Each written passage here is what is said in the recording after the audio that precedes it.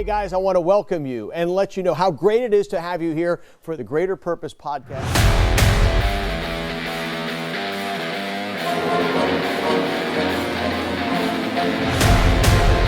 What's up?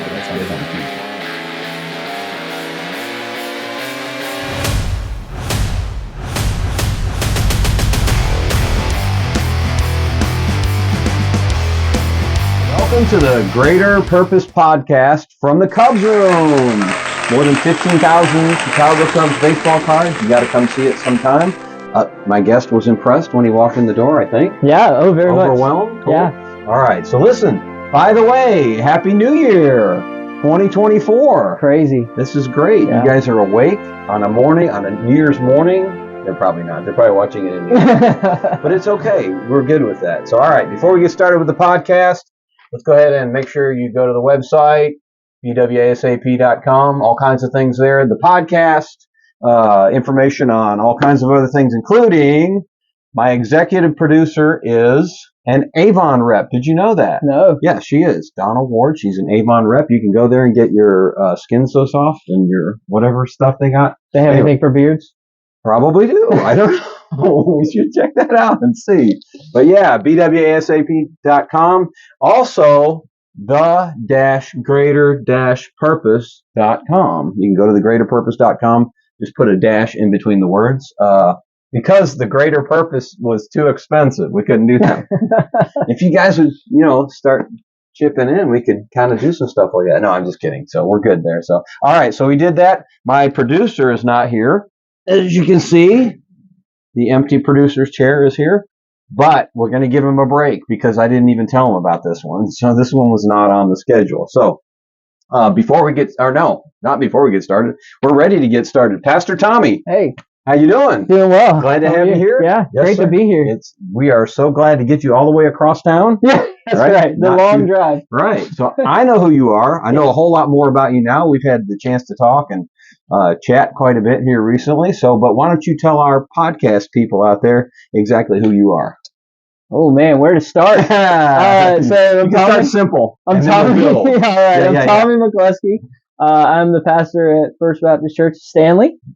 We have been here for almost 9 months now. There you go. Yeah. I am married to a wonderful woman, married way up, actually. I have to joke that she's my 90% to the 10%. She doesn't like when I do that, but, that's great. But her name's Chelsea. And then we have two right now. We have a 4-year-old daughter. Right now. Right now. So 4-year-old daughter, a 2-year-old son, and in March we are expecting the third. Well, congratulations! Cool, Yeah. That's awesome. So when this airs, we're in like the last days there, you know. Yeah.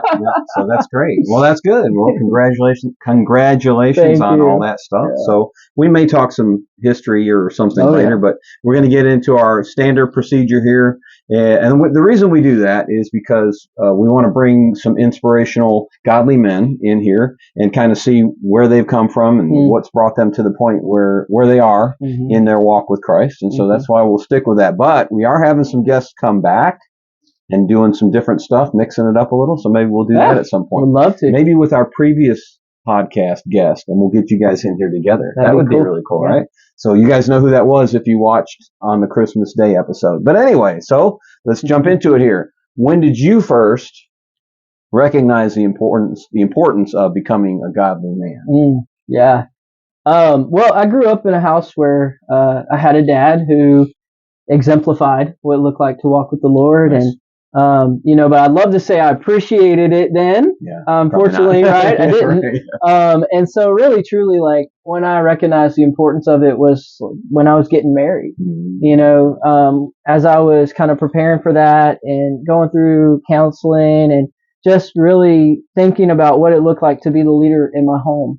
Ephesians 5 came to mind where it talked about loving your wife as Christ loved the church. And really, truly thinking about that and looking at that and thinking, what does that look like? And of course, Ephesians 5 is a perfect outline for what that looked like. But as I was thinking about how am I going to lead her the way that I should, if I'm not growing myself, if I'm not doing that on my, like for me first, Sure. how can I do that for her? And so as I started to prepare to be married, that started to really sink in. And then it's only grown since having kids. And so thinking about what do I want to instill in them? Right. Christ-like attitude and live that out for them so that they can see what that looks like. Yeah. It's interesting because we get all kinds of different, we had guys that knew when they were 4, and then marriage, kids, work, death in the family, all kinds of different things that kind of propel us into that comprehension that we need to be more godly and more intentional about being godly. And we say this on here. We know we're not. We know we're not. Because we're not saying we're there. No. We're just trying to walk the walk that Christ wants us to walk. And that's the thing. So that's pretty cool. There you go. So that is so would you say that she was your biggest inspiration, or would you have somebody else? Actually, I do have somebody else. There you go. I was just kidding. No, trust me, man. She's helped me out a lot. Oh yeah. I often think, where would I be without her? Yep. Not her, not mine. I mean. No, right. My version of what you have, exactly. right? Yeah. And so, anyways, no, when I was my senior year of high school, excuse me, we had a new youth pastor come in, and he really taught me what it looked like to be a disciple. I met the Lord when I was young, when I was 10 years old, but I didn't really learn how to live out my faith. I didn't really learn what that looked like. And when he came in, his name's Jonathan Brooks. He's actually a pastor up in the Raleigh area now. Gotcha. And I'm from Florida originally. Okay. And so, but he was my youth pastor then. And we'll still let you stay in here. Yeah, I know. Sorry, transplant. Sorry. I am too. I mean, obvious. Clearly, I'm a transplant. Well, you kind of like your area a lot more than mine. As you know, I'm all across the board sports wise. Right. So, but anyways, we might talk about that too. Yeah. So he came in my senior year, and after high school, I actually became the custodian at my church. Okay. Yep. And that's where I discovered my call to ministry and everything like that. But what he did was he brought me in to his life, and I got to see how he interacted with his wife. I got to see how he interacted with his kid, his child at the time. And I got to see what it looked like to be a godly man. There you go. Again, my dad was, hindsight 2020, I see it. Right. But as a teenager and as a child, I didn't appreciate it. You were not acknowledging it at the time. Yeah. Didn't appreciate it. And so getting to go entering into his world, coming over random times of like family dinners or things like that, where he really just brought me in. He showed me a lot of what that looks like, the day to day, leading your family, but then of course on top of that, ministry wise too. That's cool. Yeah, so good balance there. That's pretty neat. So observing, mentoring. We talked about this, you and I, in our chats before, discipleship, how important that is. So watch for that out there, guys. Make sure you're being that disciple. Make sure you have somebody that's you need to be mentoring and you need to be mentored. Paul and Timothy. Yep, absolutely. So cool. How do you feel like you're most effective in affecting other men's, boys, other people's life, but specifically men and boys? Yeah. Doing it just like we talked about, mentoring. I knew you were going to say that. Yeah, you did. And so, really just investing in others. Yeah. I had the opportunity to help lead a mentoring program at a previous church that I was at, and we were able to just grab these young men, these boys. They were in middle school who, didn't have positive male figures and influences in their life. And we were able to bring them into our families. And, we would have Super Bowl parties. They would come over. We would have birthday parties. They would come over. But then we would go get cookout and we would have conversations with them about life and what's valuable and what's most important. And of course, we would always try, the end goal was always to lead them to the Lord, at least to put Jesus in front of them. Right. But truly, like, just identifying the opportunities to have that one-on-one, and discipleship, mentoring opportunities, and bringing people in. I think that's the thing where, especially in the church, we talked about this. We often think about discipleship as a class or as a system or a structure. It's entering into life with others. It's bringing them into life with you. Right. You're going to Home Depot, call them. Hey, come with me. You got a project at home. Hey, come work on this with me. Yeah. We're having dinner. Come have dinner with us. Just really bringing them into your world so that they can see what it looks like, not just on certain days, but they get to see it day to day. They get to see it in the daily grind, the life on life, exactly, the regular routines. And who modeled that better than Jesus? Right. And that's who we're supposed to follow. Yeah, that's pretty cool. That's what I kind of stress to a lot of guys out there, because everybody says, hey man, let's do lunch, let's go have coffee, let's get some breakfast, whatever. That's it. Yep. If you do it, if you say it, do it. Yeah. For sure. Yeah. And I've been trying to be more intentional about that myself, because I was very good at that. Hey, let's do lunch. And then, 2 years later, you still haven't done it. So I'm actually calling guys out on it. So I'm saying, okay, here's a couple dates. When are we going to do this? So be intentional. Oh, for sure. And be that inspiration on a daily basis. It's pretty cool, neat stuff. So, all right, good. We like that stuff, and we like to hear what your 5 favorite. Now you can mix them up. You can tell us about 5 men who inspired you. You've already told us about one. 5 women who have inspired you. 5 heroes of the faith, which could be heroes in the Bible or in now current or recent past, or 5 Bible favorites, which would be book of the Bible, Psalms, Proverbs, Old Testament, New. Now, we had this structured before as the Fast 5, and it's not anymore, because my executive producer said, when these guys have something more to go, don't stop them. Yeah. So we are going to let you fly on this one. Wow. So boy. You can pick and choose, all right, mix and match. Yeah.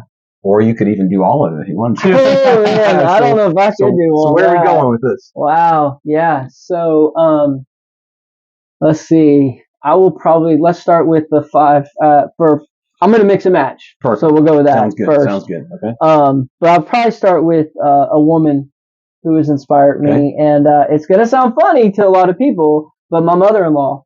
Oh wow! Okay. Yeah, is who has especially inspired our culture, me. right? Exactly. Often, you hear the mother-in-law jokes, and which I have a great mother-in-law. Not mother-in-law, right? Monster-in-law, and and all that. And I'm so blessed to not have that. In fact, I have just a wonderful mother-in-law, and why she's so, she's an inspiration, not just because how I've seen my wife and what she's instilled in her, but truly she is a prayer warrior. She has read through the Bible cover to cover for I can't even tell you how many years now, and yet she's still a student of the Word. She's still finding areas that she grows in, and each year she thinks about another area she wants to learn and grow and study, and then she dives in. I mean, and it's really impressive that way. But then she's also just a very kind-hearted, compassionate. We joked about Mr. Rogers and the philosophy of the neighbor, and she truly embodies that. She hasn't met a stranger. She never will. Nice. She loves everyone because they're created in the image of God. She is a leader. No, they're not local. She's not local. She's not local. Yes, no. She's in Florida. Gotcha. And but she has a ministry geared towards women. Cool. Nice. And so she has the opportunity to reach women from all areas and walks of life, and it's really cool because she focuses on just instilling. The name of the ministry is the Grit and Grace Project, and so she instills grit and grace in these women. And so it's just really cool to see how she is intentional, like we talked about building up women and helping them know what's valuable and important in life. Right. But then just her faith. Nice. I mean, it's rock solid. There's nothing that's going to shake it, no matter what it is that she walks through. You can tell us her name. You can. I will. All right. And so her name is Darlene Brock. Okay, gotcha. And so she's just a wonderful. I mean, she's a wonderful example for me. And then I'm also great. So if you're in Florida, look up Grit and Grace, ladies. Yes. Wait, guys, if you're watching this, tell your wives. Yeah, that's right. That's right. But also for my daughter to look up to. I just love that that's who she gets to see in our family. Yep. So that's cool. Very nice. All right, cool. Yeah. All right, so that's a woman who inspired you. So you want to go to what next? All right, so let's do Hero of the Faith or a Bible favorite? Yeah, we'll do Heroes of the Faith. Okay. I'm gonna cheat a little bit though. I'm gonna make one hero a group of people. Okay. So the Puritans are people that I love to study. I just think their devotion to godliness. We talked about being a godly man. Sure. The Puritans were so focused on godliness, and sometimes, some may say to a fault, and some say they have some issues with them there, but just their idea of devotion. Jonathan Edwards, one of the greatest writers on just meditating on the faith and on who God is. And, cool. And then John Owen is another one who is just so wonderful about, putting sin to death, and growing closer to Christ. And, and just their idea of what it looks like to be Christ-like and how to grow to be more like Jesus. Yeah, and community and absolutely. Yeah. They're phenomenal. So I love anything. That's cool. I love studying. I love to sit in the presence of dead theologians Yeah, and so, it's too bad they don't. The history of our country is not shared with the youth. Because if that was shared, there's so much good totally different stuff perspective there. on exactly what we're supposed to be doing. Absolutely, there's so much good stuff there. J.C. Ryle, talked about how to instruct children and raise a family and how to raise godly men. And so he has a book on being a godly man, which I would recommend. Hey, there you go. So that'll be the next book we'll promote. Yeah, so it's awesome. Have you written any books yet? Oh, no. You do? You write a book? Yeah, maybe one day. For a book review? Maybe one day, right? Yeah. That's not me. I've got books I'd like to write. Oh yeah, they're all up here. Yeah, exactly. But who has time to write a book? A lot. That takes a lot. Yeah. Cool. All right, that's pretty cool. Very neat. All right. Yeah. So the Puritans. Yeah, the Puritans. Yeah. All right. So do you want to go? So where do you want to go next? All right. So I'll change course a little bit from what I was originally thinking. All right. But I'll go Paul. I'll go the Apostle Paul. Okay. Just his life, his devotion, his desire to see the kingdom just explode. Yeah. His, amazing transformation. Oh, absolutely. His missionary mindset. Everywhere he went, he looked for an opportunity to share the gospel, which is just, that to me, I strive so much to be like that. Make application in every way you can. Yeah. And so, just his heart for the kingdom was just awesome. So to go from persecutor to absolutely. What he was is amazing. Yeah, to being persecuted, right? But then past that, just his instruction for the church and his desire to shepherd, even though he would come in and plant a church, and then go off and plant another one. That those people he interacted with were always on his mind and heart. Yeah. He had a true shepherd's heart. Outside of Christ, we really see a true shepherd's heart with Paul, and just to aspire to be difficult. Yeah. Oh, absolutely. Yeah. Absolutely. To be intentional about the entire flock. Yeah.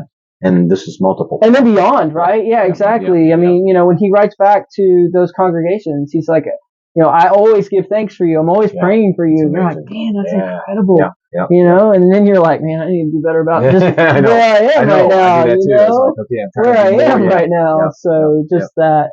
Cool. Yeah. Very neat. Yep. Yeah. Okay. So Paul. So you want to go? What do you want to do next? Yeah. A scripture or a book, or you want to do another hero, or let's see. What am I at right now? I don't have 3. Wherever you want to go. Okay. Yeah, 3. That's it. Yeah. 3. So I'll go with a more modern pastor. Okay. So we're staying with the heroes. Yeah, staying with the heroes. And I'm probably gonna have to go John Piper. Okay. When I talked about Jonathan, who introduced the faith, introduced what it looked like to be a disciple to me. Yeah.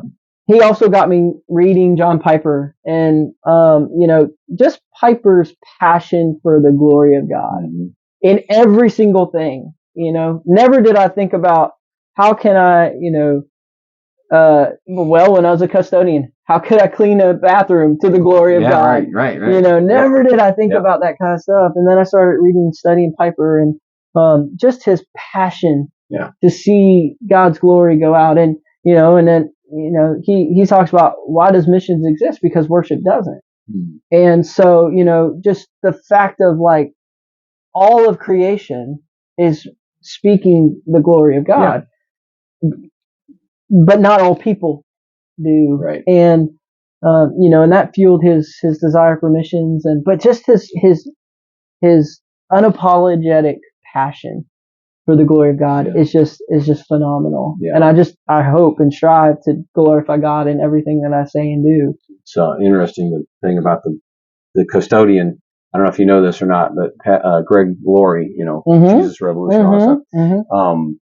The first time that he was assigned, if I'm not mistaken, nope, I'm sorry, it was James McDonald. But anyway, first time he was assigned to a pastorship. When he walked in, and he thought, oh, I'm going to get the office, I'm going to get the whatever, and they gave him a mop and a bucket. And he's like, what are you even talking about? And like, this is where you start. If you can't do this here, then you can't do that in the pulpit. And it taught him, like you said, to glorify God in everything that he does, so that when you're doing what you do as a profession, you can actually exemplify what it is to be thankful, grateful, appreciative, and glorify him no matter what. Servant leadership. Yes. Right. Absolutely, I had again, I've been blessed in just how God has put different places in my life. But I worked at Chick-fil-A for 4.5 years. And, my pleasure. The manager, yes, that's right. And it is always, great. I love it. We love it. I think that's always the question people ask, like, do you really mean it? They're like, yes, I do mean it. I don't think I've ever, as many people as I've encountered in the workplace, that I'm kind of like walking away going, that guy doesn't want to be there. He's not very happy. I've never done that at Chick-fil-A. It's never happened. It is always a pleasure. Yeah, it's like, is it like a collar or something? get out of line. Yeah. Well, that's what, everybody's asked, like, after you leave, do you still say it? And you're like, well, sometimes. I knew somebody that did. Not all the time, because at the time, it's really our pleasure. So, right, cool. It's not just rote. Gotcha. But all right, one more hero. Oh wait, I was just saying with servant leadership, I think that's something that's lost in our culture in a lot of ways. But I had the opportunity my managerial training at Chick-fil-A was studying Jesus washing his disciples' feet, and studying the life of Jesus and how he was a servant leader. And yes, absolutely, every pastor is a servant leader, but really all of us are, whether you're a single mom, whether you're a CEO at a Fortune 500 company, we all can be servant leaders. And people want to follow servant leaders. That's true. It's often, when people, I love the old adage, like, people don't care how much you know until they know how much you care. I think we can all embody that a little bit more. Absolutely. Yep. Cool. All right. Well, then that leads me, I guess, kind of segues into my last one. So it's my life verse. It's Hebrews 12:2. Let us fix our eyes on Jesus, the author and perfecter of our faith, who for the joy set before him endured the cross, scorning its shame. And so just the idea of it is that, when we fix our eyes on Christ, it doesn't matter what's going on around us. That it's the verse right before it talks about like running a race. And so when we look at Jesus, it's like all those things that are trying to hold us back just fall off. And we do find that freedom. We find that joy that we're looking for. But also, let us fix our eyes on Jesus because he's the model. He's the example. Right. He's who we as Christians are striving to be or are called to become like. And so that's become my life verse. And that's what I strive to do in everything is make Jesus centered in all of my life. It's, I listen to so many pastors on the radio. I can never remember which one, Tony Evans, something like that, for sure. Talking about being, and I can't, there's no way I can quote what he was saying, but using that, saying that, everybody says, oh, well, so what, if you're living a Christ-centered life, then you learn to be joyful, not about the bad thing that happens, but about the Christ-centered life. That's right. Yeah. So that's where your joy is. That's right. And people who don't understand that, or don't know what that means, don't understand that. Right. So they can be miserable and terrible and horrible, and there's no joy. Right. Not saying we're happy about the pain and the suffering and all that kind of stuff. Yeah. But he brings that joy through us, even in those times. Well, you know, happiness is fleeting. Yes. You know, joy is internal. Yeah. That's what he was saying. Wavers. It's not a feeling. Right. It's a lifestyle. Right. And so, absolutely cool. I love it. That's great. Yeah. Awesome. Good. All right. So all that good stuff. Anything you want to elaborate on? No, he's a pastor, so that's a dangerous thing. I'm trying to be good. You're doing great. That's awesome. Good. All right. So that was all that stuff. Now we'll go to the fun, funny kind of stuff. Before we do that, though, we got to see what we've been talking about. Mr. Rogers, and Mr. Rogers is here. Mm-hmm. So let's hear what he has to say real quick.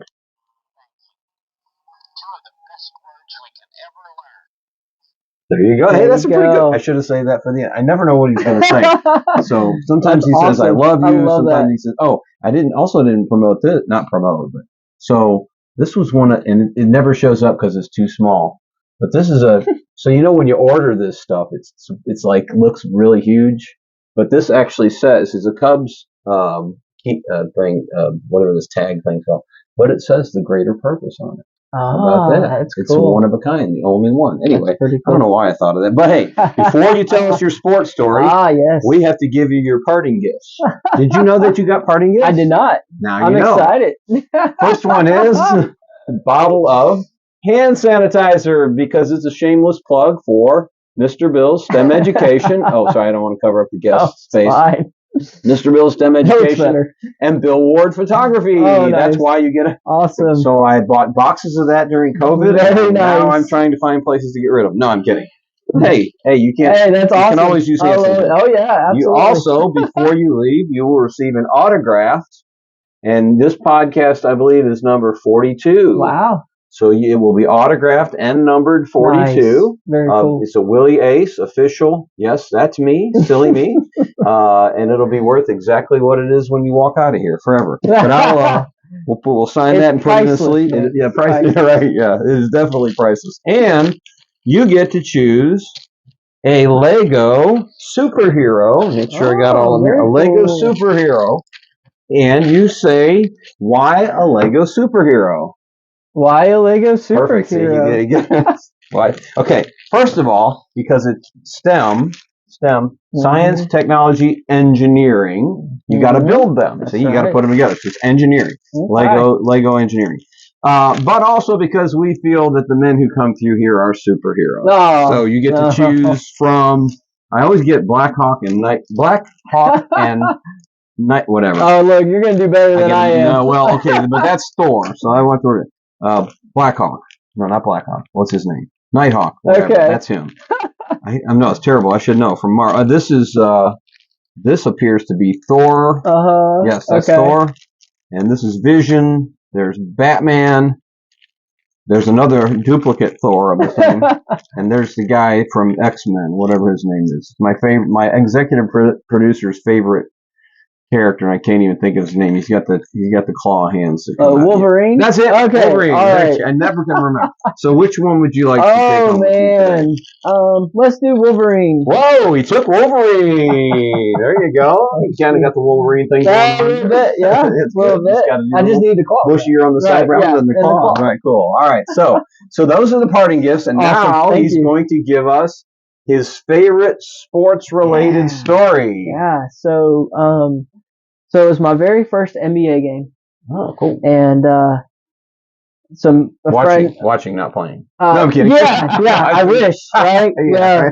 I wish. That's right. No, yeah, so he's like a fan of really weird teams, by the way. You're a fan of Utah Jazz? No. No. So, okay. NBA is Miami Heat. Miami Heat, okay, got it. Braves, baseball. Then, yeah. And then Oregon Ducks.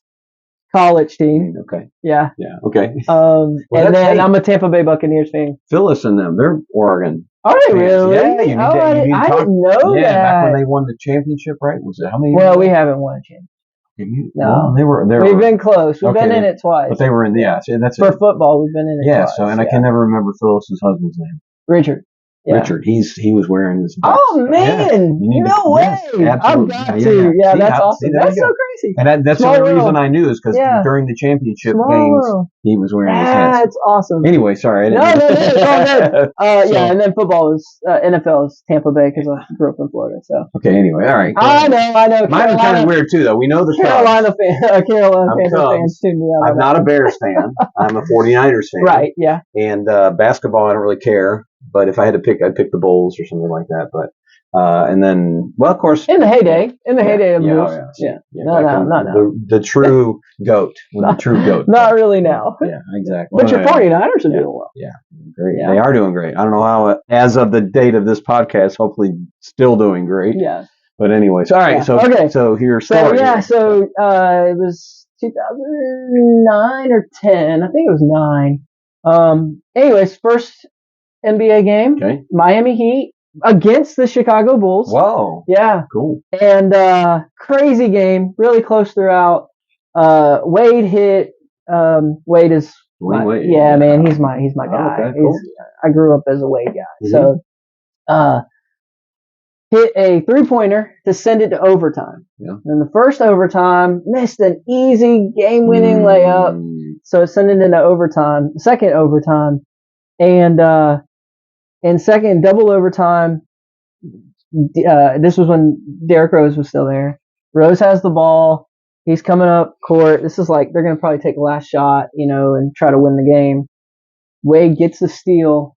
He goes down. He leaps right outside the 3-point line. Mm-hmm. Buzzer beater. Place goes crazy. He jumps up on the scorer's table. This is when he used to do the "This is my house" kind of thing, and he did that. Yeah. And so you can't beat that. I mean, that's my first NBA game ever. I'm never going to top that. Yeah, it was so crazy. Well, then years later, what kind of made it even more cool was I found out, I was watching an interview with him, and they said, "What is your favorite memory from your playing career?" And he actually said that game. And I was like, dude, I was there. That's so cool. So anyways, I'm never going to top that. Yeah. No, that's exciting. So especially, how old were you? Well, But it was 2009. Yeah. So I was after high school. Thank you for that. That was so kind. Right. I was after high school. Cool. Well, that's a neat story. I like that. So, yeah. I did get a chance to see some Bulls games too, by the way, but Rodman and some of those guys. Oh but, man, that would have been awesome. That was crazy. Yeah. Those days were cool. Yeah. Those days are gone. Oh, they are for sure. Yeah, cool. Yeah. All right, well, that's neat. Listen, Tommy, I appreciate you being here. Yeah, thanks. Appreciate everybody out there. Listen, like, share, subscribe. We are up. We are over 6,000 views. Wow, that's awesome. And we're trying to hit the 100 mark on the subscribers. Maybe as of the day that this airs, we'll be up over 100 subscribers. I know that doesn't sound like a big deal to a lot of people, but when we started this podcast, we had 0. That's right. And my goal was to have 50. Yeah, that's so awesome. We're getting up there because of you guys. We appreciate you. God bless you. Happy New Year. Happy 2024. We appreciate every single one of you. And thank you, Tommy, for being here. Thanks for having me. Appreciate that. Appreciate it. God bless.